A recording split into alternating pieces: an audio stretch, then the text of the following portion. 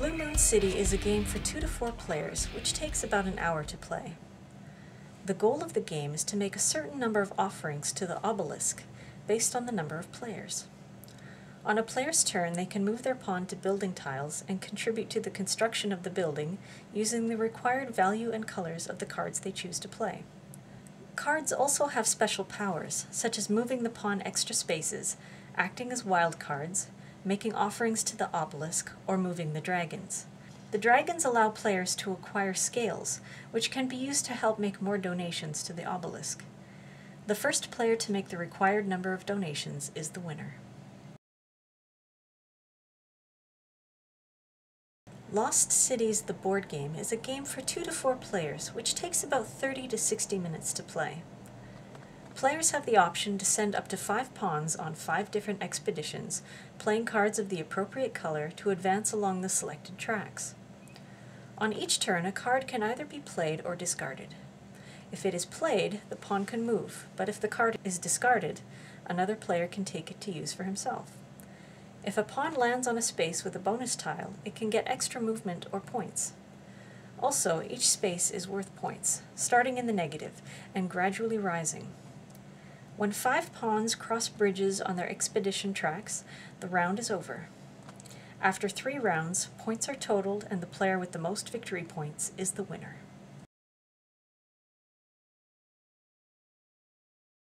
Scoring. Blue Moon City is almost like a racing game. Yeah, yeah, definitely. Which is kind of what I don't like about it.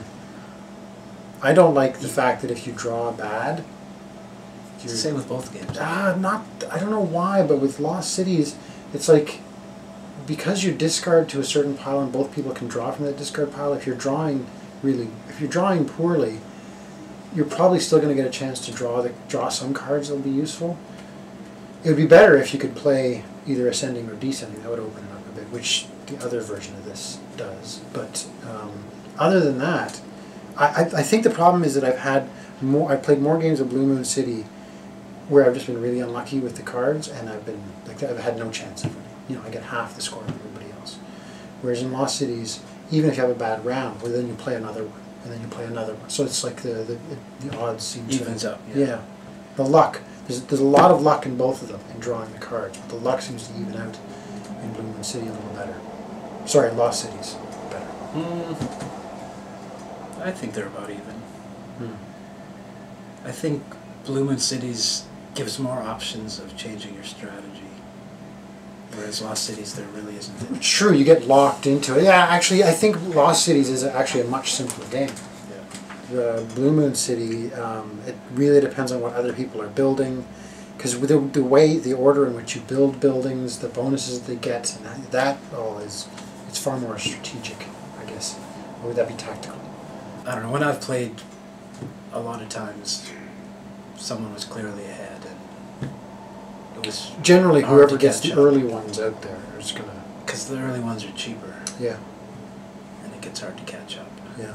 But I think it's the kind of game where if everyone has the same level of experience, then it's a lot more enjoyable for everybody.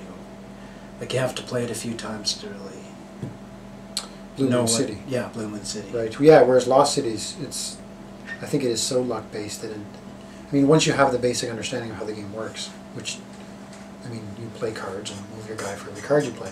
That's essentially the strategy. Is that don't commit to a route unless you think you can at least get into the positive. Yeah.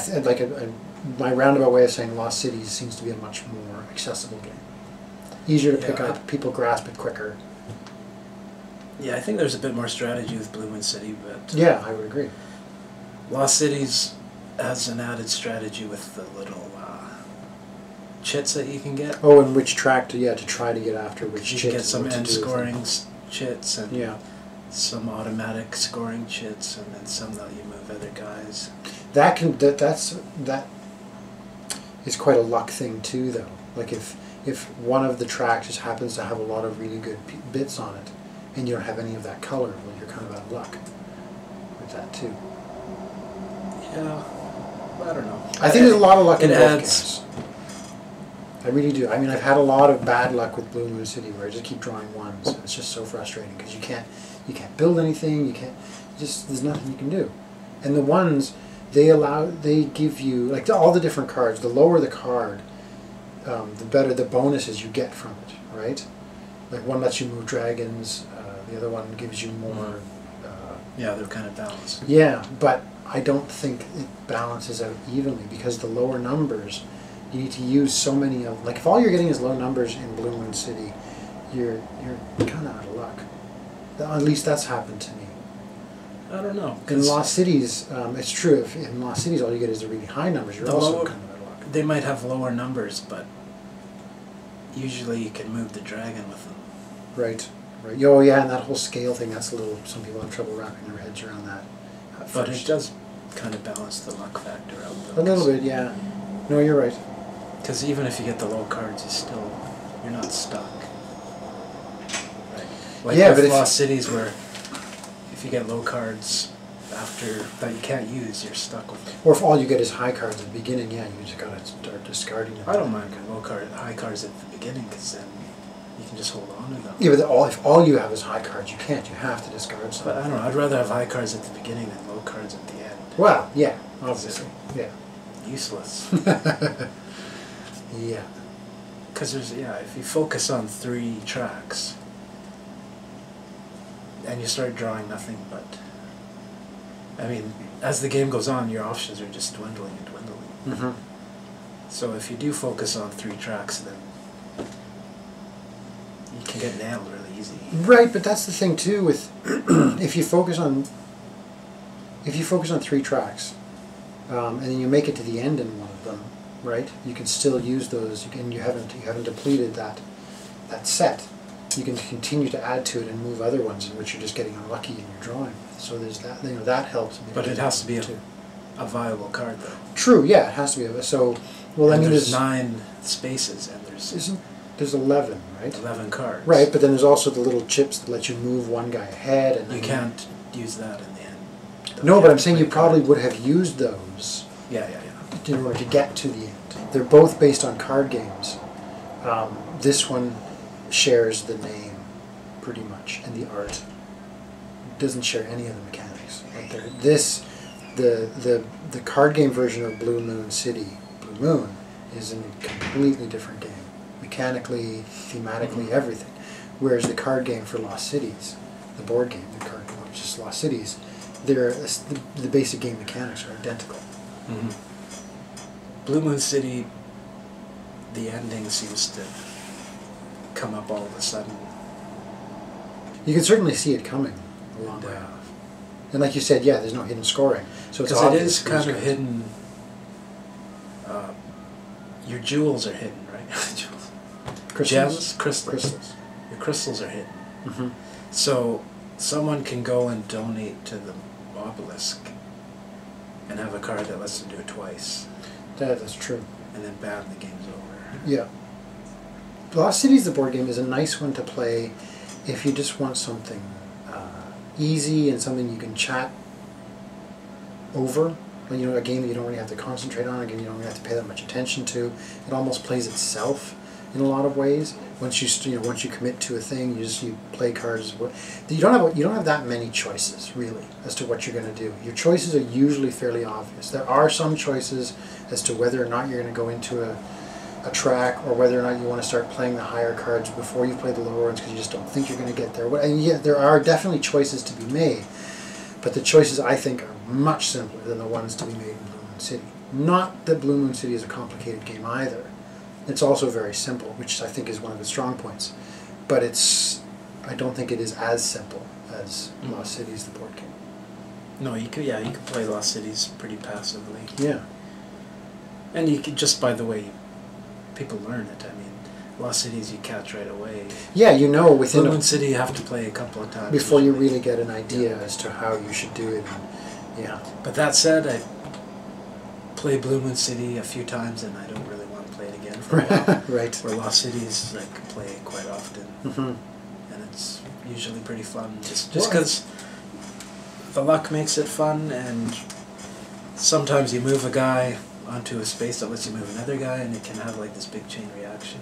I think actually part of, I mean, I like them both, but part of the thing that I don't like, I don't even want to say I don't like, what makes Lost Cities often more appealing than Blue Moon City is that they both have a lot of luck.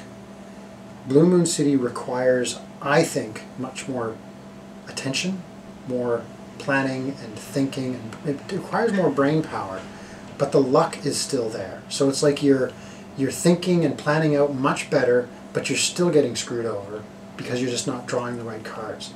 And that's frustrating in a game that requires a certain amount of thinking. Whereas in Lost Cities, it's like, oh boy, I got unlucky. Well, so what? I didn't have to make any tough choices anyway. Yeah, you can be really analytical and have a lot of strategy And still lose. in Blue Moon City and lose to someone who's not concentrating on. Who just happens to be getting the cards and is following you around and doing what you're doing, only doing it better because they have better cards. Yeah. Because with Blue Moon City, it's really easy to help out other players. Yeah. Yeah. Because you can move the dragon, and then they go, Thank you, and now I can do it. Or you can finish a building, and that gives other people bonuses. Yeah. I like them both, but I like Lost Cities more, I think, because of the way Blue Moon City scores at the end. Mm-hmm. If you want pure strategy, then this is the opposite. Well, that's the thing. Like, this is, I mean, really, this is a card game, right? They call it Blue Moon City, the board game, but there's no... The only way to move any of your pieces is by playing a card in a certain sequence. So this is essentially a card game that uses a board to keep track of scoring. Yeah, they're both like that. Well, this one, you can play cards that will let you move, like you said, you move a dragon, or you can also just move your pawn without playing cards. Yeah, there is an area control. Yeah, and there's a little bit more to it in like which buildings are built in which order, and even the randomness of the way it's laid out. Of course, there's randomness in both of them, but there's definitely more strategy in Blue Moon City.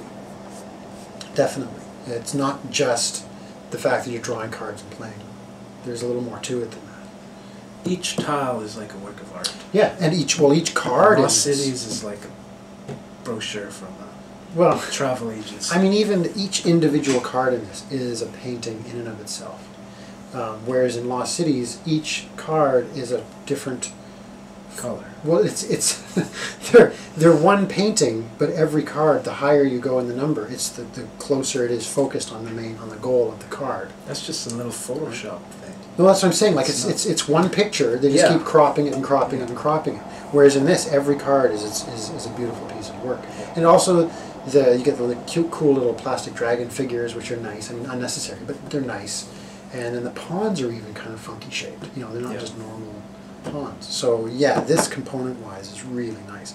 The one place I think they screwed up a bit was on the obelisk, in that you put the little cubes on but you bump it and the cubes all go flying, and that they seem to kind of go a little stingy on. But I fixed mine up, right? I cut out the little squares and I glued it on another piece of paper so that. But whatever. That's because I'm crazy when it comes to that sort of thing. But the components are really nice in Blue Moon City, and they're perfectly functional in Lost Cities, the board game. Functional is a good way to put it. But the little meeples are kind of cute too, like little Those Indiana are okay. Jones meeples, Yeah. right? Those are very cute. Yeah. Nothing special. No. Whereas Blue Moon City, you can hang on your wall. The theme is so pasted on in both of them. I mean, the but theme is sort of... I feel like I'm in an adventure with Lost Cities. It's right, yeah. I usually put on the Indiana Jones soundtrack. And how about with Blue Moon City? Do you feel like you're some alien...